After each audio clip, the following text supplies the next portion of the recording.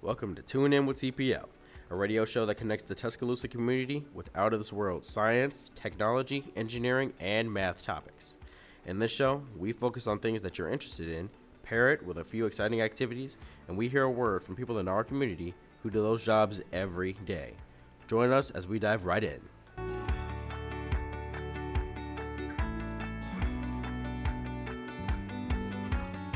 Welcome to this episode of Tune In with TPL.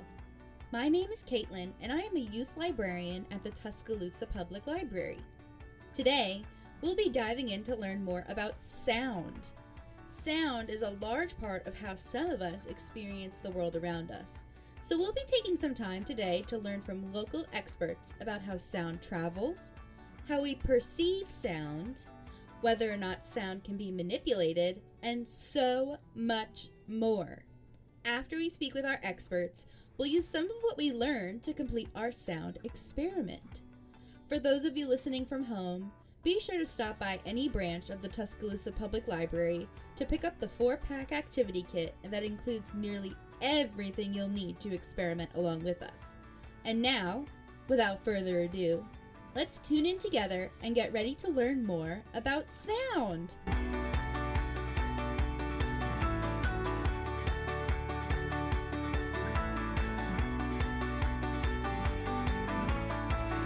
I'm Jeremiah Morrow, I'm around 14, and I live in Tuscaloosa. I've been living here my whole life, and I have not moved. I'm in middle school, 8th grade, about to graduate into 9th grade. And I like art, I do theater, and I like music a lot. I want to ask you some questions about sound, and I also want to ask you your name, please. Yeah, my name's Tom Rathy.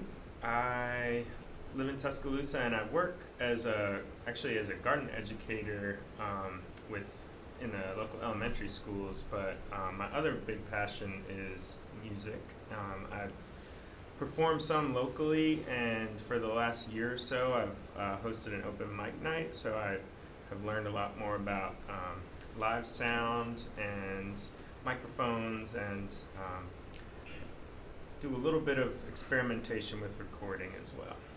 My name's Tom Wolf. I'm a professor in the School of Music at the University of Alabama, where I teach in the Jazz Studies program, but I also teach in the Musical Audio Engineering program now. Okay, that's kind of interesting. So, do you have any idea what sound is? What do you think? Off the top of my head, I can just think it's like a frequency of like waves or something like that. Okay. And the vibrations are sent to our brain. Waves versus vibrations, what are they? Waves of what? Vibrations. Well, the waves and vibrations are kind of the same thing almost in a way, I think, from the way you're describing it. So let's think about sound. Sound is actually a tangible element, a tangible force. Okay. And anytime we make noise, whether I'm speaking or I'm not going to clap loud, but I kind of clap my hand like that, or we make musical sounds, we are moving something so that our ear hears it, perceives it, and our brain translates it into, oh, well, that was a noise. Oh, no, somebody's speaking to me. Oh, no, wait, that's a musical pitch. What is it that the brain is hearing? Do you have any idea? Not exactly. Air molecules. Yeah. Isn't that strange? But the air molecules, what will happen? And let's even back up from there. Have you ever seen a very placid pool of water? Just beautiful, smooth, this glass water, and then drop the pebble into it? What does it do? It ripples? It ripples. That's the same thing as what our sound is doing. When I make a sound, it's hitting those air molecules and they're rippling. Those waves, those vibrations. Okay? And so depending on the pitch, if it's real high in pitch, those waves are going to be smaller. If it's really bottom end, deep like a bass singer or something like that, those waves are going to be much bigger. And they actually have a tangible shape that can be measured. They could be maybe an inch long to several feet long, 30-some feet long. Have you ever, let me ask this, have you ever been in the shower and where it's like tile, and you start singing and all of a sudden you get one frequency when you're singing and it just seems like it gets bigger and bigger and bigger and bigger and bigger? Have you ever had that experience before? I think so. Yeah. So what that's telling you is that particular sound, the frequency, the wavelength of it, is mathematically proportionate to the size of your bathroom. and it's just reflecting back and forth, and it's causing that big sound. It's called a room mode. So it's physical. We can definitely feel it. And if you've ever gone to a concert and they crank up the bass and you actually feel it in your chest, it's those air molecules that are hitting you. So that's what sound is. Sound is a movement of air molecules. Those molecules, when we make a sound, they come closer together and then they spread apart. And they come closer together and they spread apart. They look like those little ripples in the water. Okay, so that's sound. You with me so far? Okay, I can follow. Okay. Mostly, yes. Okay. So I'm not an acoustician. But as an engineer, we need to understand some basics of sound, and that's, sound does travel. It takes time for it to travel. Light is instantaneous. It does take time for light to travel from point A to point B, but it is so incredibly fast. We think it's instantaneous, right? Our eye perceives it as instantaneous. As soon as I flip on that light switch, there's light, right? But realistically, it took a very, very small split second for it to travel from a light bulb for us to actually perceive it, right? But we don't notice that. Whereas sound travel, we do notice. Have you ever been to a baseball game? Yes. Ever sat in the outfield? Yes. Okay. And you watch the hitter, and they take a big swing, they smack that ball, and the ball's flying through the air, and then you finally hear the crack of the bat. Yes. Right? So those air molecules, it takes time. They travel about 1,130, 1,170 feet per second, roughly, on an average day. 72 degrees, it's not very humid, right? And so they travel. And so it takes time for those air molecules to move. So that's why we have to understand what sound does, because we want to know how to use mics. Like, where do I put a microphone? How do I place it so that I don't get what's called phase cancellation and it hurts the signal? There's all kinds of little facets when we need to understand sound. Does that make a little sense? That makes sense. Kinda?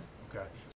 And earlier, before we started interviewing, we were talking a little bit about sight too, and like whether if somebody can't see, like has never had sight their whole life, like what their dreams might be like. It made me think of, like, my grandfather is hard of hearing and has blind spots in his vision. He's told me that, like,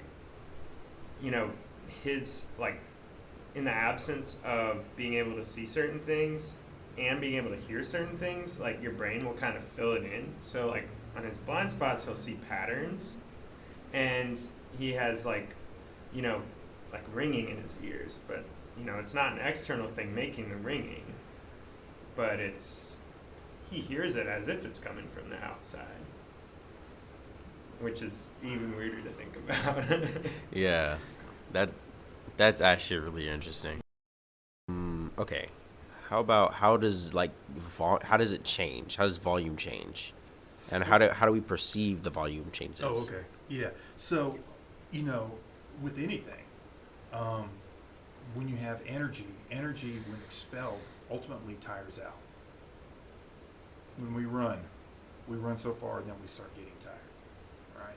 Those air molecules, when we start them and they start moving, ultimately, for lack of a better way to describe it, they get tired and they stop moving.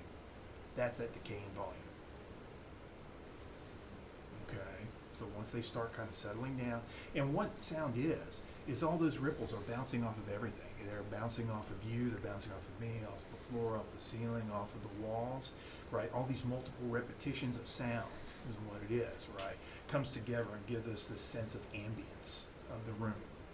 And as those decay, those multiple repetitions, after a while, they just get tired and they just decay, and that's how the sound kind of minimizes. Now, if we're talking about a keyboard, like a synthesizer, you hold down the key and the thing's just going to play forever until I take my finger off the key, right? So I can electrically manipulate sound to make it last as long as I want. But natural sound, many times, is ultimately going to decay. Okay, I got a good grasp. Yeah, it's just energy. It's physics, right? Yeah, that's all it is. Physics do play into sound. I know that much. Yeah, very much so. I'm not a physicist either. Yeah, I'm just a jazz guitar player. All right, next question. Do you know how sound moves through like different substances, like a wooden wall or like metal wall or a brick wall or like walls or any substance or anything? Yeah, so sound has, physical properties like a lot of things that, like we might think about how, you know, water or light would move through things in their environment. Same thing with sound, you know, so it will react differently to different physical substances. So and that actually plays into a lot about like with recording and performing sound too, because generally hard surfaces that are like impermeable, think about like a linoleum floor or cinder block wall or like a hardwood floor that's all sealed off. Those are gonna sound is gonna bounce off of that. Like if you're in a room and you clap and you hear the echo or whatever. So that there's certain especially in buildings, certain materials that have like more or less reverb, is what we call that. And then softer things are, we think of like stuff that might be sound dampening, like anything with fabric, or like it's kind of almost the same idea as like something that would keep you warm, like a puffy coat has a lot of air in it. Same thing with sound dampening stuff, like if you hang a quilt or something on the wall, that's going to dampen the sound. Or softer, I've even seen like softer wood panels, like it almost looks like, like a cork board or like a bulletin board that you have in a classroom. Mm-hmm. Because that wood is soft, that absorbs the sound too. Okay, I wanna ask you about something. So I've seen like, I don't want to call it a myth, but I've seen a story about like how to like dampen the sound in a room or like completely remove any outside sounds. You would close the door and like put like rubber closings around like the gaps in the door to completely or like erase any sound coming from the outside. Can you do that? There's definitely something to that, yeah. I mean, it would depend on the material of like whether you could completely erase the sound, because sound is going to still come through solid things, but you definitely, like, if there's a gap in the door, that is open air for the sound to travel through. If you seal it off with something like rubber, almost like the stuff in our cars around the door frame, that kind of stuff. Anything that seals off the open air spots will also seal it off from sound.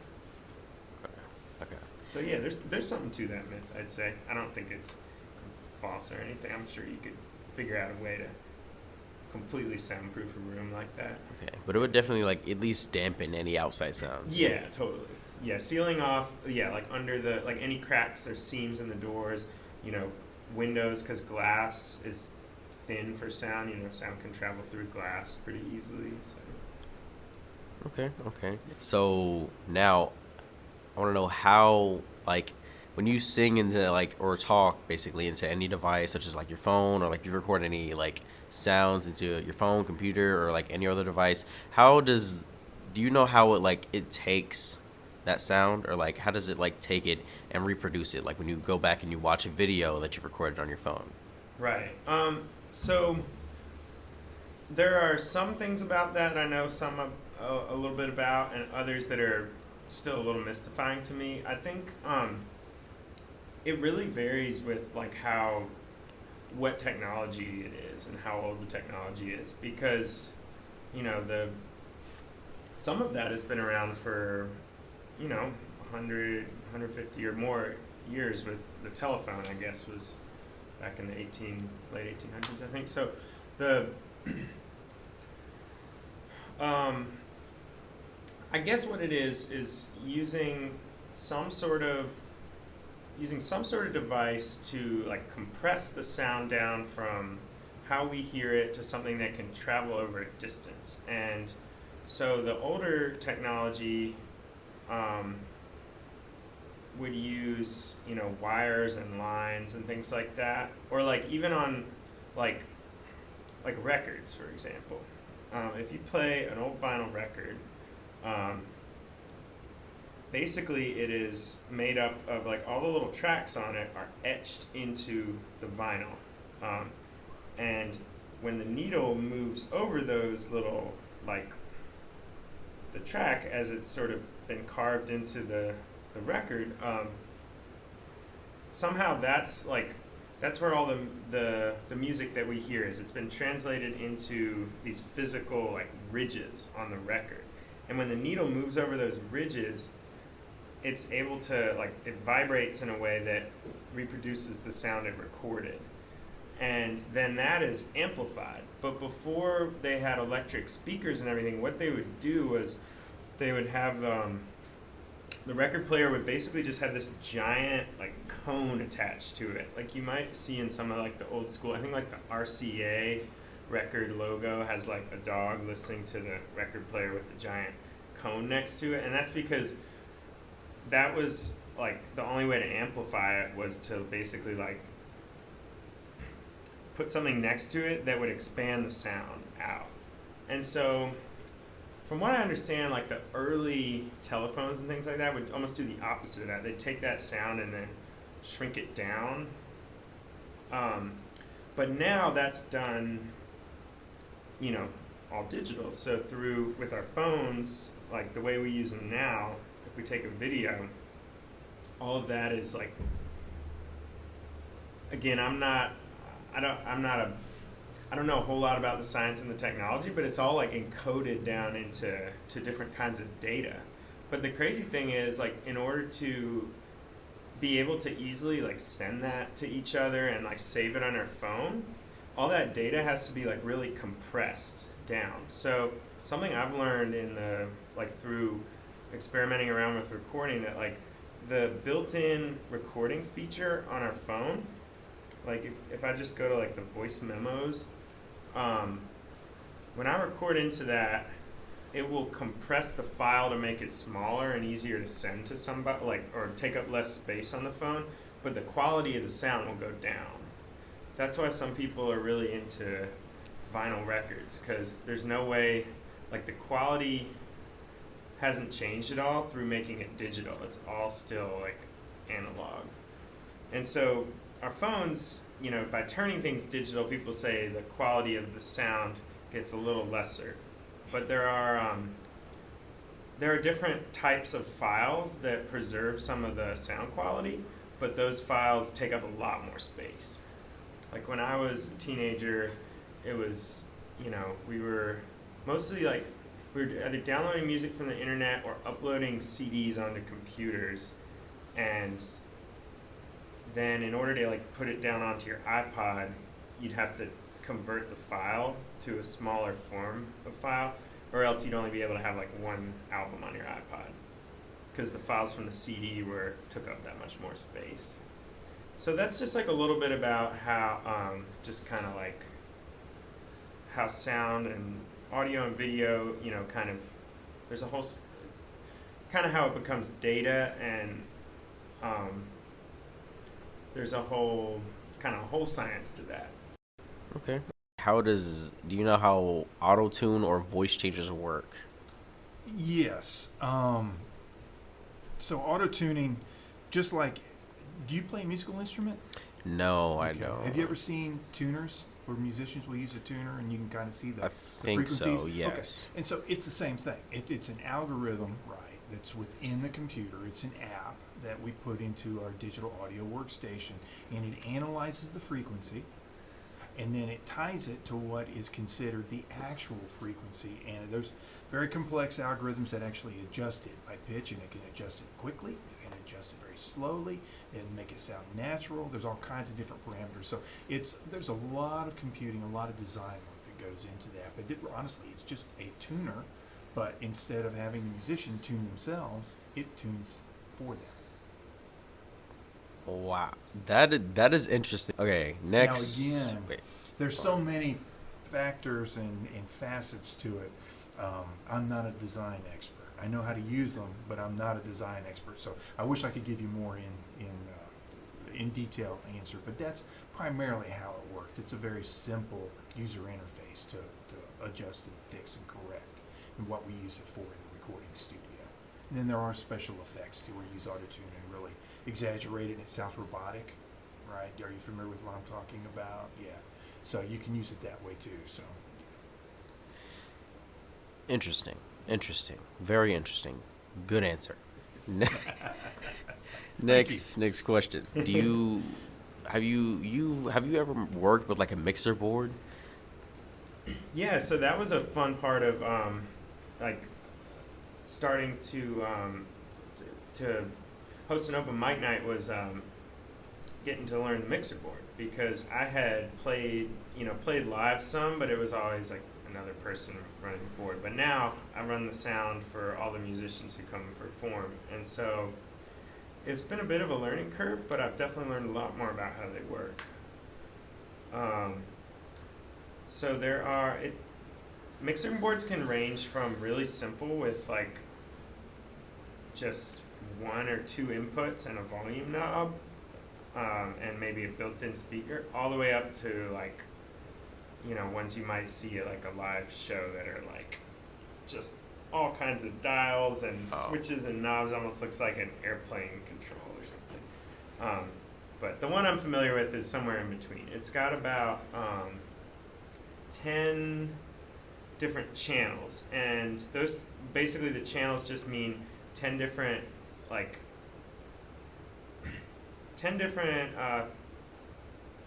you could plug in 10 different inputs at the same time and they'd all be synced up. And the same thing for recording too, like depending on the size of the mixing board for recording or live sound, it's just like each channel means like one input. So you might have like one channel for voice, and some channels actually, most channels will have two different kinds of inputs, like with two different types of plugs. So you could put like voice and an instrument into one input. But when I use the mixing board, I usually separate them, because that way I can control the level of the voice and the level of whatever instrument they might be playing. So like, if they're playing a guitar, it might have like a pickup in it to amplify it that in sound lingo you might say, oh, that pickup sounds kind of hot, like it's really loud and I have to turn it way down. But then they might be singing kind of quietly.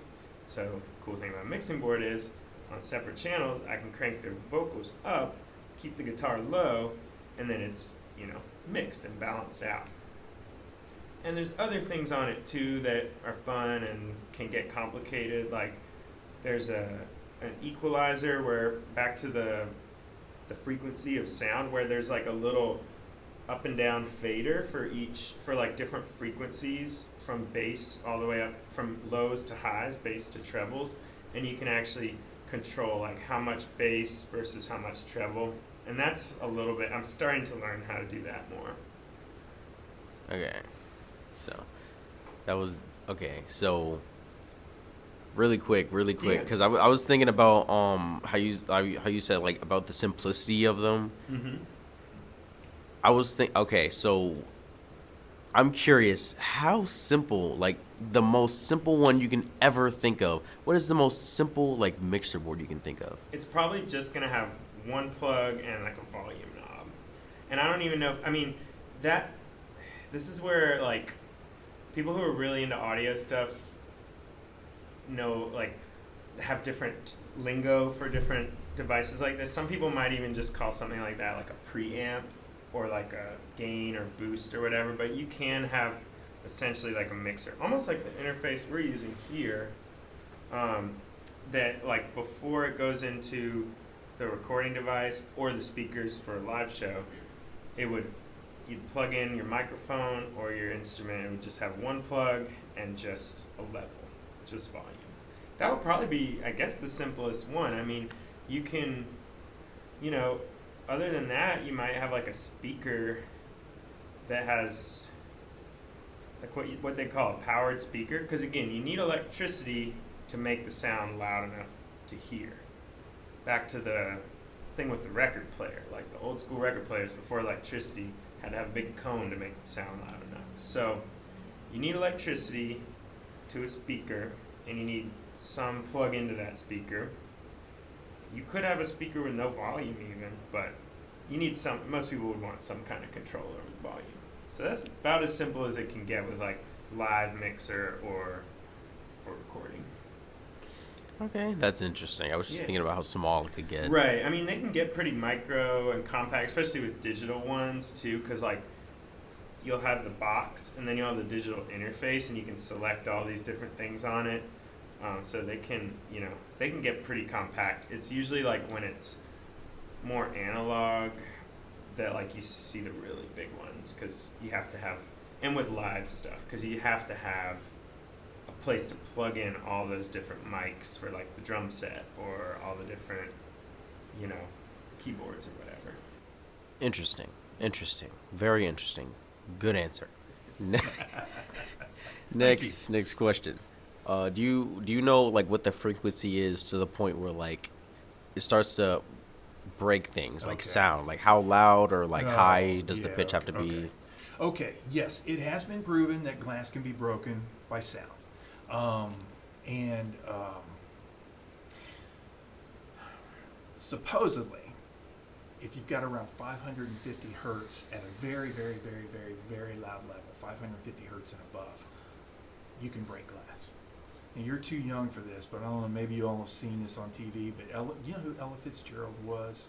Not exactly. Yeah, she was a jazz singer, and they used to record music on little cassette tapes. Have you ever seen those things? I've seen those. Yeah, there was a company called Memorex that made these recordings, and and Ella Fitzgerald was their spokesperson, and she'd get on there and sing, and she'd go, "Ooh-wee," you know, get really high up there, and they'd show glass shattering. You know, and what they were doing though was showing it wasn't really her singing; it was the tape that they were playing, showing how accurate and realistic it was. You know, it didn't necessarily really shatter the glass. That was all part of the, you know, just part of the point, you know, that they were trying to get across. But yes, you can shatter glass, but it has to be incredibly loud, and 550 hertz, that's a wavelength. Hertz is a wavelength. Let me explain that a little bit. Each one of those little waves, the ripples that we talked about, is called a hertz. It's measured in hertz. And we hear, when we're first born, as an average, 20 hertz to 20 kilohertz, 20,000 hertz, right? What does that mean? Have you ever heard beep? This is a test. This is only a test, and we're, you know, if this were truly an emergency, you would go to this place here, or whatever. You ever heard that before in that little tone? I've seen that. That tone is at about 1,000 hertz. And or if you've watched TV late at night and the TV station goes off air, and then all of a sudden you hear this really high-pitched, annoying sound, that's about 16,000 hertz. Okay, so that gives you an idea of what it is. So 550 hertz is really not that high in pitch. You know, have I lost you? Are you okay? A lot of information. Yeah. Detailed information. So anyway, you got to take those frequencies, those air movements, right? That molecule air movement, and then you've got to give it a lot of force, which is volume. There are two things in sound. There's frequency, the pitch, right? Am I talking high? Am I talking low? You know, whatever. And then there's volume, amplitude, how loud it is, right? And we measure that in decibels. Have you ever heard that term before? Yes. Okay. Yeah, so we measure that in decibels. We go from 0 decibels to the threshold of pain, which is about 125 hertz. Or, I'm sorry, 125 decibels, right? Well, to break glass, you're probably going to have to go to 140, 150, and then really push it hard and give it constant strain and everything to do that. Yeah. And it might even be louder than that, you know. I mean, I figure if you had a sheet glass window next to a jet engine, it might break the glass, right? Yeah, and that's very, very loud. That's about 100, I forget what the measurement is, maybe 140, 145 decibels, roughly. Yeah. Okay, but there you. Okay, so it can be done. Okay. All right, but it's hard to do, and I wouldn't recommend doing it because I don't want you to hurt your hearing. Yeah, that sounds painful. Yeah. Okay. Yeah. Now here's a question that so many of us have been confused in on. How can like two different people in the same room hear the exact same like sound or word and perceive it differently? That so that depends on. I mean that depends on a lot of things because I mean one could be our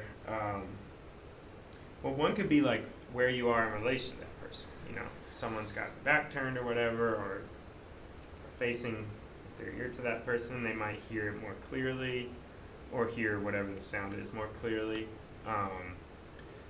Some of that might be also just, you know, we all have different levels of hearing. You know, some people are hard of hearing. Some people, you know, So we don't all hear at the same level. So some people, someone might not hear it as well. Also, then there's the whole question of, remember back to like the sound getting interpreted by our brain. I mean that kind of happens the same as far as like the physical sound going to our brain, but then there's the whole like you said, like interpret it differently. So we, our hearing is not perfect. We're not going to hear every single thing in our environment that's making sound. Like, we can only hear what is making enough sound for our particular hearing to pick up on, or so that, and then kind of what we can interpret is there. And so there might be, what one person hears as like, one word or one sound might, if the volume's not loud enough or it's not clear enough, could be up to interpretation. Okay, because I was just wondering about the Yanny / Laurel Yeah, thing. I wondered, actually, that from popped like into my 3-4 mind. years ago. That popped into my mind. Yeah. That is like, I feel like it's kind of that something like that. I think does kind of boil down to like, it's the same sounds that we're hearing, but I think both of the sounds are in that. Both Laurel and Yanny are in that sound, and it's like which one we pick up on first and hear. It's almost like an optical illusion with like, think of like an optical illusion where like you could either see, I know there's a face one where it's like you could either see like an old woman or a young woman in the face or something, depending on like what you focus on. Or like a glass, like a wine glass, or like two faces facing each other. You know what I mean? Yeah, like, or like a duck or a rabbit. yeah, it's okay. like that, but just with sound. Like, so it's really just kind of, it's one of those things that like, it's designed so like to be so, to have both of those properties. So it's like, we're just, we all perceive it a little different. So we're just going to have whichever one we hear first. Okay.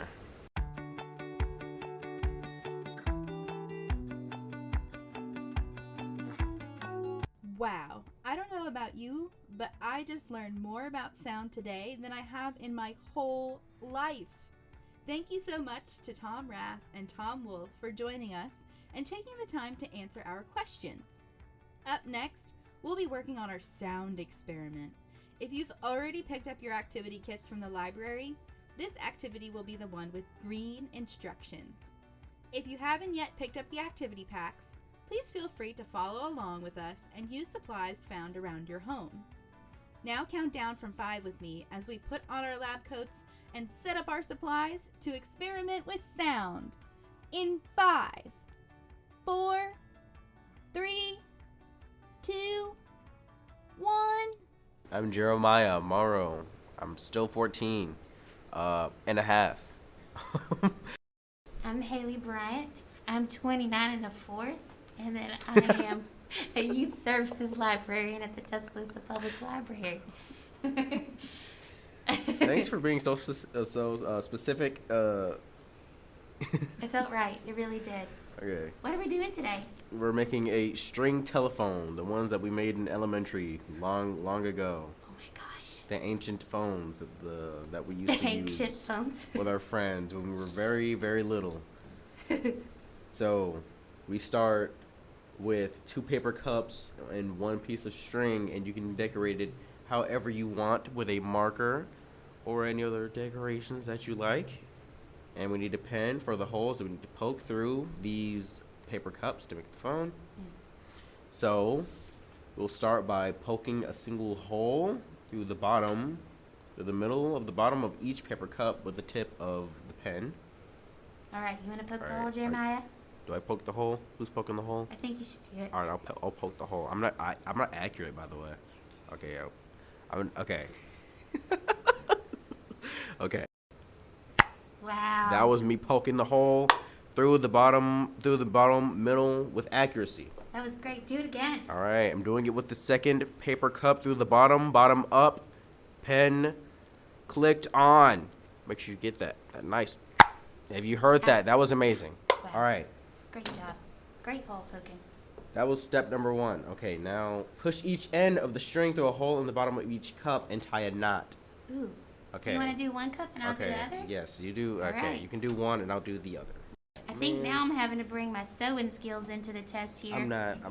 Oh, man.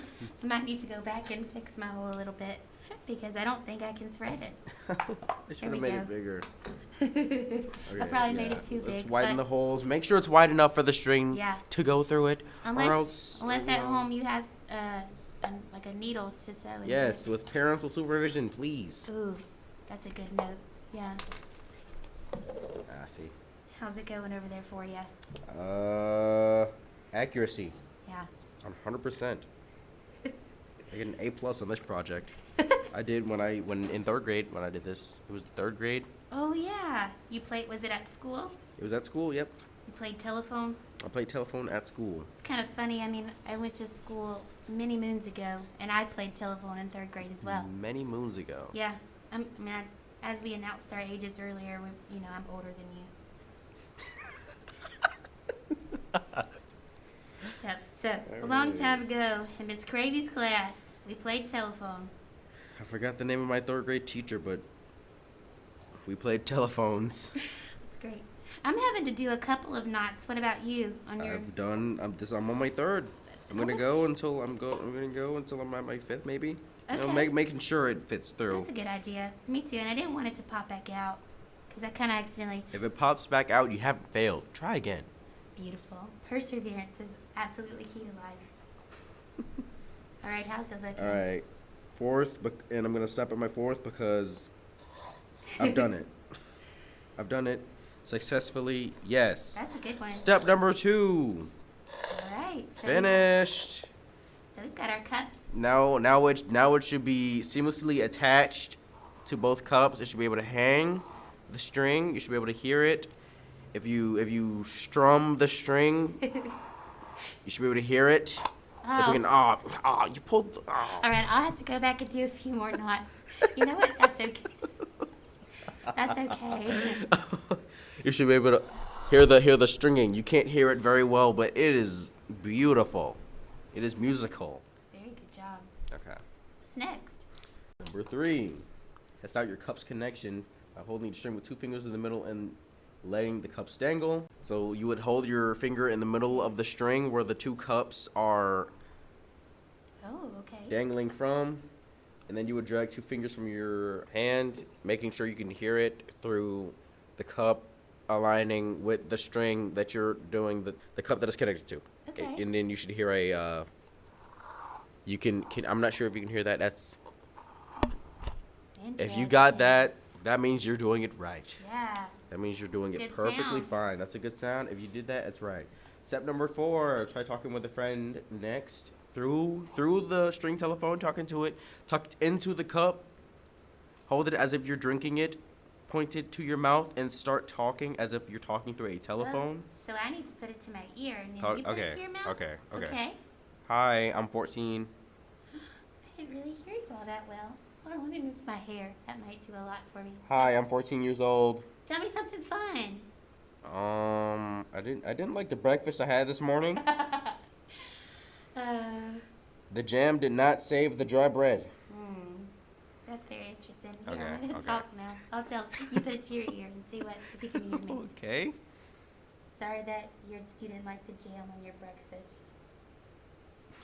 Can you hear me? I heard you very slightly. That means we're doing something right. If it helps, my dogs accidentally ate my breakfast. Well, accidentally for me, but they ate my breakfast for me this morning. They seemed happy, so. As long as the pet's happy, that's great. That's great. That was a great call. Thanks for the call. Get it? Good, Telephone, thanks for okay. the call. Yeah, Okay. for telephone. Is that okay?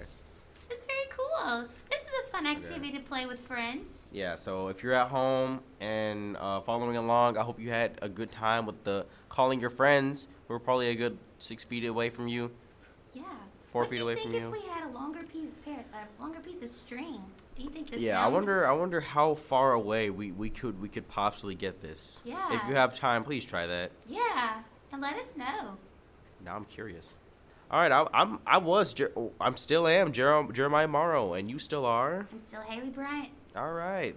Thank you for being on this with me and calling me. I get it. Calling me. Thank you. Thanks again. I had fun. Thank you so much for listening in and following along as we learned about sound. If you're interested in learning about or experimenting with sound in other ways, stop by any branch of the Tuscaloosa Public Library and ask your librarian to help you find some books or direct you towards some additional resources. If you can't make it to the library, be sure to check out the Libby or Hoopla app for more great books, audiobooks, or videos. Tune in with TPL will return with another episode on Sunday, June 26th at 10 a.m. So be sure to tune in to 96.1 and join us for another exciting STEM adventure.